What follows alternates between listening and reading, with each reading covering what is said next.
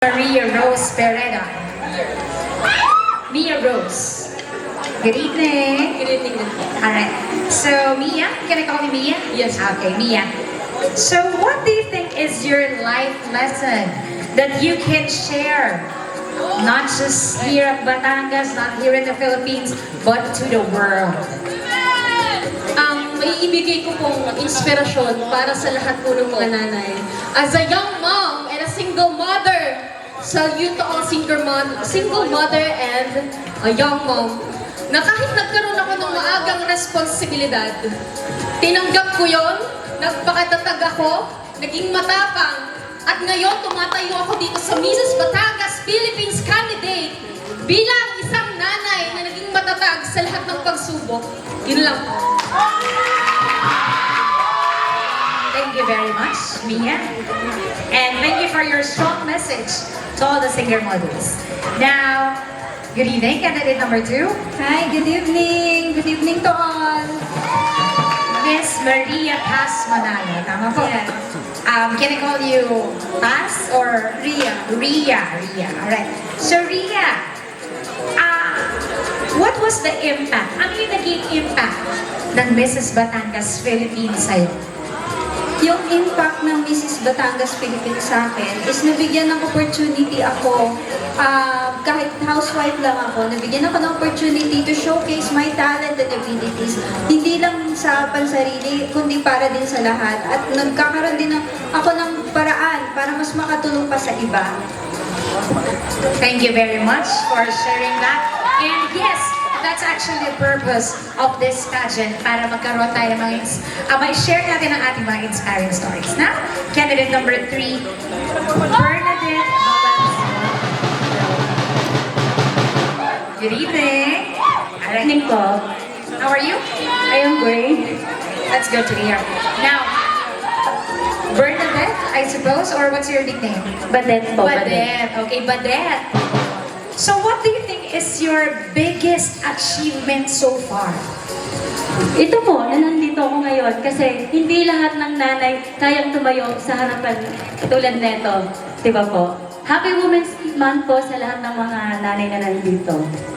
Alright, thank you very much. Palakpakan natin our batch 1 of Mrs. Batangas Philippines 2024 in their casual interview.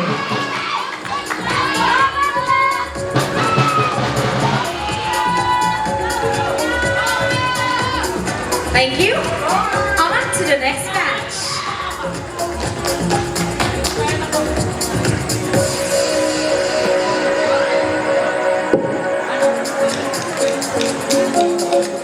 Candidates 4, 5, and 6. 4, 6, 7.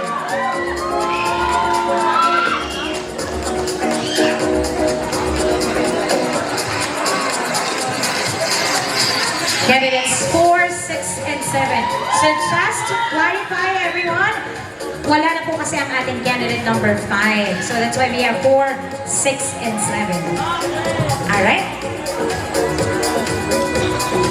So let's begin with Matilda Smith Albay. Good evening. Good evening po. Good evening everyone.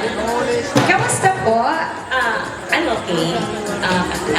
Proud ako na nandito ako ngayon. Okay. So, Ate Matilda, in your opinion, what do you think is the best way to distress or unwind, especially these days talaga namang halos lahat yata ng bagay nakaka-stress na, no? But in your opinion, how do you distress? Siguro number 1, kasi mahilig nga ako mag-zumba. So doon ko binibigay yung happiness para mawala yung lahat ng depression ko. At saka dapat ibangin mo siya sa marami tayong kaibigan na pwedeng hirap pakiusapan at parang lumabas paminsan-minsan. At yan naman ay talagang ginagawa ng mga ina, parang malibang minsan. Hindi lamang tayo pang bahay, pwede tayong mga siya. Yun lang po. Ayan. And also, di ba, it helps us become healthy, no? Tama. Katulad ko na na-stroke ako before, so kailangan ko talaga, last year lang na-stroke ako, siguro dala na rin siguro sa sobrang lakas kumain. Pero at least, na-recover ko ang sarili ko pag susumba. And that's a good thing. Yes, thank you. Thank you.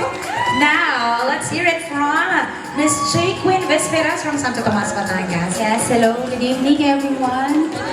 Magandang gabi. So, J. Queen. Ang ganda mo daw. Alright. So, J. Queen, what is your biggest dream? Ang pinaka pangarap ko po sa buhay ay ang mapagtapos ko ang aking dalawang anak. Lalo na po ang aking panganay na meron siyang special needs. Para pag dumating ang panahon na siya naman yung magiging tatay ng tahanan, handa siyang gampanan ng kanyang tungkulin. Yun lamang po. Thank you very much. Now, let's hear it from Risha Victoria Asis. From Asis, Bawan, Batangas. Magandang gabi, Risha. Magandang gabi po, ma'am. Alright. So, you do have your advocacies, right? Yes, ma'am. Yes. So, what's your plan in promoting your chosen advocacy? My chosen advocacy is to give extra attention and love to those children who have a special needs. And actually, I had my part 2 of my project entitled Laruan Mo Noon na Pinasaya, Ikaw Naman Ngayon, wherein my students donated their favorite stuffed toys to those children that is in a SPED program. And sabi ko nga, ipagpapatuloy ko ito hanggang sa maabot ng aking makakaya. Kasi po ang mga bata ay malapit talaga sa aking mga puso. Meron po akong anak na meron din special needs, pero kita ko po sa aking anak na hindi ito kahinaan. Kita ko sa kanya na pinipilit niya makipagsabayan sa lahat na normal na bata. Yun lamang po, pagtanggap para sa lipunan. Thank you very much, Risha. Ladies and gents, our batch 2 of Mrs. Batangas Philippines 2024.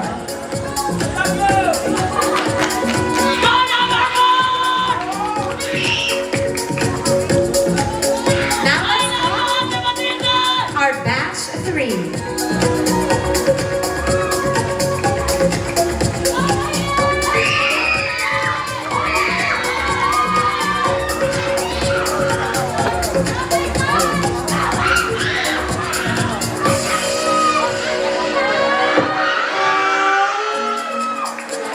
Hello, magandang gabi. Magandang gabi po. Alright. So, Sherlyn Teradilia, right? Sherlyn, now here's my question. If you will win any of the major crowns today, or shall I say tonight, how would you maximize this platform for your advocacy? Thank you for that question. Kung sakaling ako man po ay mag-uwi ng tagumpay, ng major na tagumpay ngayong gabi,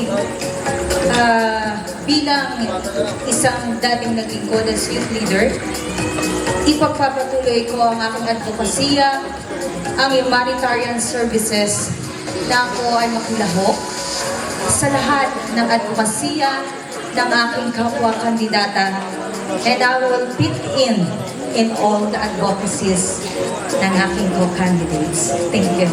Maraming salamat, Ate Consi. Alright. Now, let's hear from Maria Cristina Buwangwang. Yes, Good evening. Alright. So, your profession is? Teaching. You are, okay. So, you are a teacher. So, it isn't easy, no? Maging teacher, ang dami yung deliverables, right? But, what is your message para sa inyong mga estudyante now that, let's say, you already have this big platform which you can use to inspire. So, what would be your message to your students now that you're a beauty queen / teacher?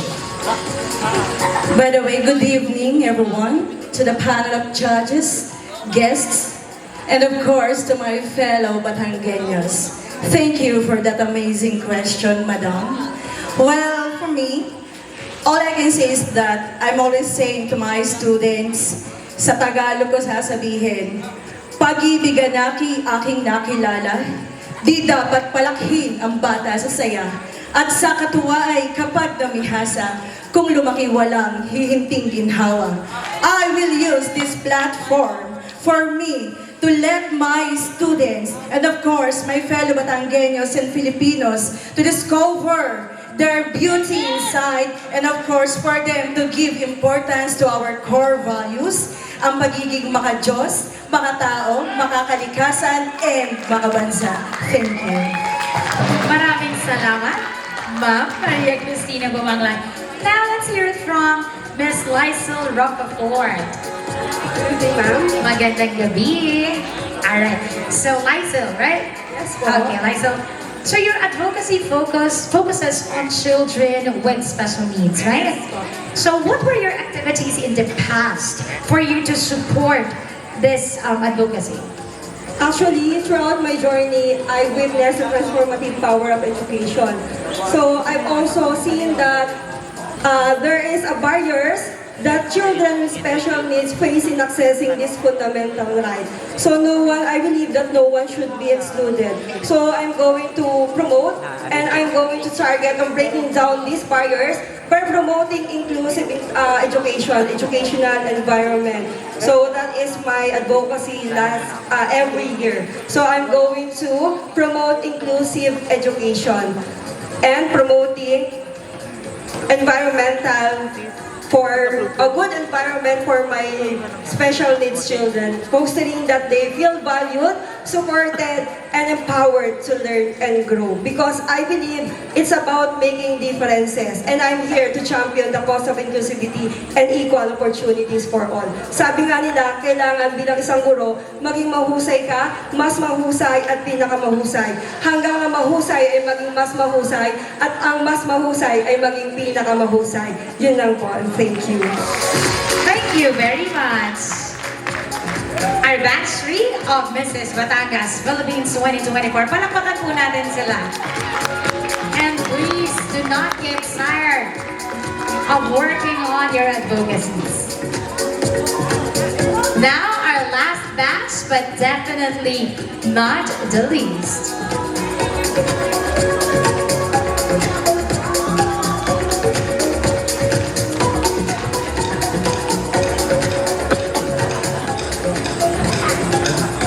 Magandang gabi, ladies. Good evening. Alright. So first off, Miss Marisol Reyes-Tan. Good evening. Yes, good evening. Good evening, judges. Good evening to all the Taliseños. So I've read your profile and I saw the term self-love. What is the story behind this? The story behind self-love is about self to myself. I need to find my own happiness now because binigay ko na lahat sa anak ko, sa asawa ko. So it's time for me to find my own happiness. Okay, thank you. Thank you very much. Now, magandang gabi, Miss Bernardita Tapungan. Yeah, good evening, everyone. Lalo na sa mga taga-Nasugbu. Thank you for being here. All seniors like me. I'm a senior. So thank you for highlighting that. And you mentioned earlier you are already 64, right? Yes, I am 64. I am proud to be a senior with a reason. Yes. Now, Miss Bernardita, can you share with us your inspirational story? Oh, if I have to tell them from A to Z, the night is very short. Okay, I would be starting, I have 5 children. My husband left me, he died 2006, and I was the one left alone caring for the 5 kids. Ika nga, partida pa yung panganay na autistic. And then 4 of them, I become the jack of all trades. Just to meet both ends, I would do all odd jobs. I would make night into a day and day into a night. I don't like Fridays. You know why? Walang baon ng anak ko. That is my rest day. the most that I hated the most is Sunday because I would be thinking of what is to have for tomorrow. But in spite of that, I stand up. In every fall, I stand up. I just pray so hard really and work on it. So I produced two summa cum laudes. Four of them are scholars. I won't be mentioning who those people who helped me out in bringing, the courses that they have now, two accountants, one engineer, and an HRM graduate. I owe to them. Yeah, now I'm here, a senior, with an advocacy that I wanted to impart. I've got lots of scholars, if you don't mind me saying. Actually, I have numbered way back 2013. I'm doing this before the pageant. So if I'm gonna win, I will continue up to the end. Thank you very much, Miss Bernardita, for sharing that wonderful story. Inspirational indeed. Thank you too, ma'am. Good evening, Catherine. Okay, now Catherine, what is your great source of happiness? My great source of happiness is my kids. Because right now, I'm a solo parent. Kaya po ang pinaka nagpapasaya sa akin ngayon ng anak ko po. 7 years na po akong balo. Kaya po ginagawa ko po lahat para sa anak ko. Kahit gayod marino na po talaga ako para sa kanya. I'm currently working as a barangay nutrition scholar. I'm a volunteer. Kaya hindi po ganun kalaki yung sinusweldo ko. Pero gumagawa po ako ng mga racket. Kasi alam ko na hindi po sasapat.